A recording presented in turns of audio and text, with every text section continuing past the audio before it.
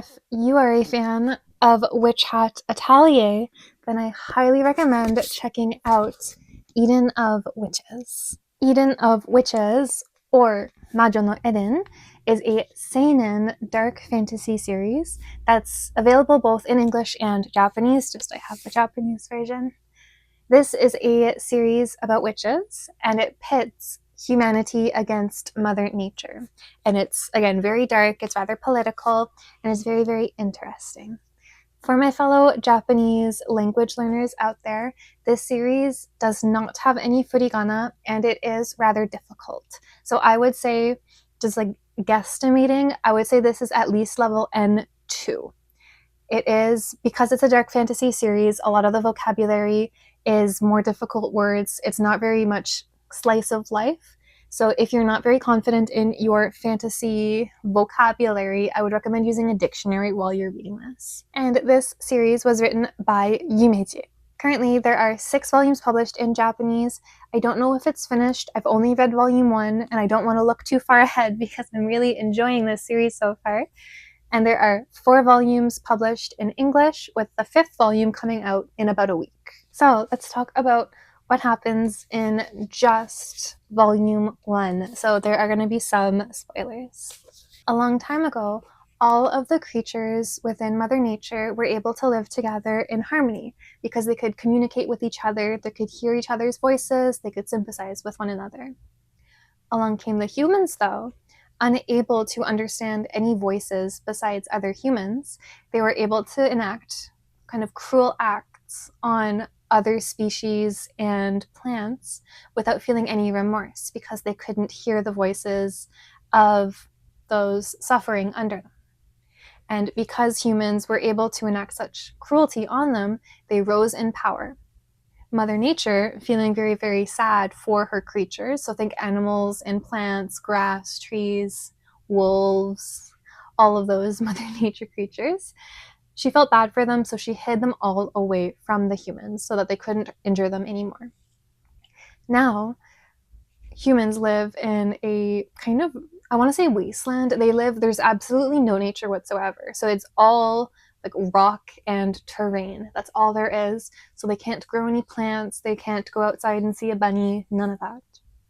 The only human-like creature that is permitted to live within nature are the witches. And a witch's defining feature is that they are able to hear the voice of Mother Nature. So they're able to grow plants. They're able to communicate within nature. Our main character, the young Piri, is a young witch who unfortunately is unable to hear Mother Nature's voice.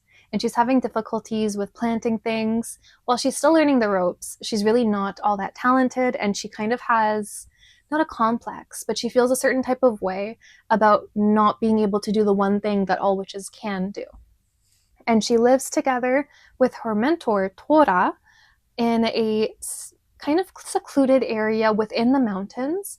It's pretty naked to the outside eye, but within a little crack in the mountains, they live in this very, very small forest. So nothing but nature, right beside a human village. And Piri, being a young witch, has never been around humans before. She's lived her whole life with her mentor in this little forest. She's kind of scared of humans. She's very, very content living where she is with her mentor. But her mentor, Tora, becomes very, very sick one day, causing Piri to need to run out into the human village in order to get a doctor. Piri, so she runs out, goes to the village, and witches and humans look exactly alike. So just by looking at her, nobody would know that she's a witch. So she runs out into the nearest village and begins asking everybody, can I buy medicinal herbs? Can you show me where a doctor is? Like, I need medical assistance. And it's clear here that Piri really hasn't had any interaction with human society whatsoever, because she's told by everybody, like, this is a poor village. Like, what are you talking about medicinal herbs? Like, if you want a doctor, you have to go to the capital, and that's far. Like, no doctors would come here. Like, maybe a traveling doctor every once in a while, but you're out of luck. And Piri's kind of like, what's happening? Like, there should be a doctor somewhere. So she's pretty confused at the state of things in the village. And as she's kind of struggling to figure out what to do, in the middle of the town square, kind of looking around to find any sort of help whatsoever, when she comes across a few humans shouting about how they need to burn a witch. And Petey looks up and she sees one of her fellow witches. They've never met before, but one of her fellow witches being tied to a stake. And as they're tying her, these humans are talking about how all witches are evil because they steal Mother Nature away from the humans. And so they deserve to burn. And Petey and the witch make eye contact, and the witch goes up in flames. And Petey is just so terrified because why are they burning a witch? She did no wrong. Like, witches don't steal from humans whatsoever. They're able to live in nature. They're not stealing anything. And as Petey is like very distraught watching this woman on the stake, a strange man comes to her and tells her he agrees with her that witches should be protected. They shouldn't be hunted down. And Petey understands this as the man being a witch sympathizer. And she explains to him that she really needs doctor. She needs medicinal help. Please, like, I'll tell you where I live. Please come and bring help. And the guy says, okay, no problem. And so she goes back home to Tora. And the next day, the man does indeed come. And he is just like flabbergasted at the nature, because this is probably the first time he's ever seen like a tree, let alone a forest. But he doesn't come alone.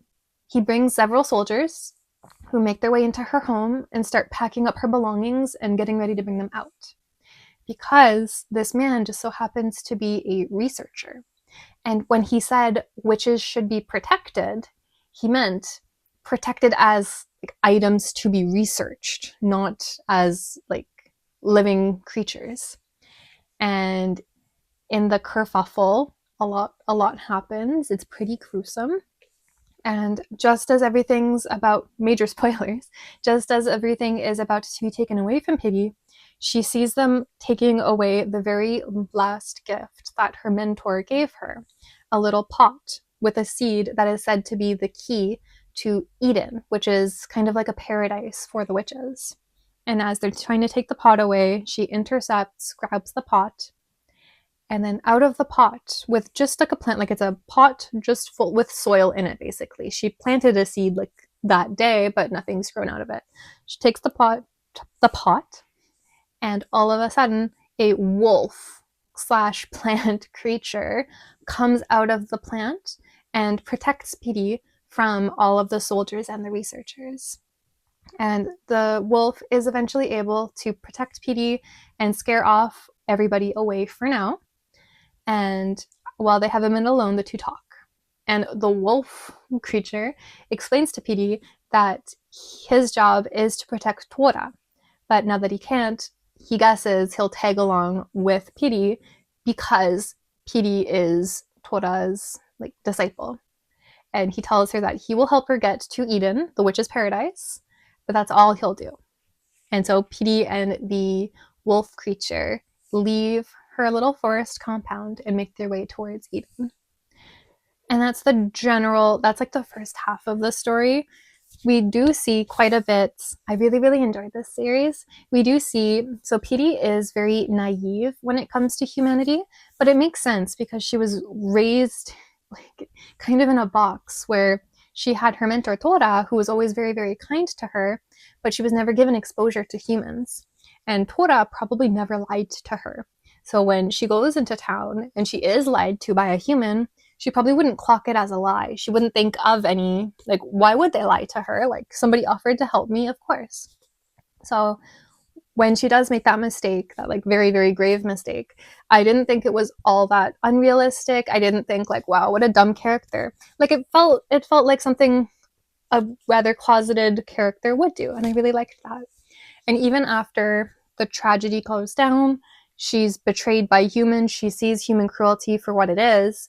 It doesn't take away her kindness. Even later on in this volume, she comes across other humans. And when she understands, like, okay, these humans are clearly good, she still goes about sharing, not the fact that she's a witch, but she goes about sharing her knowledge with them. She shares her kindness with them.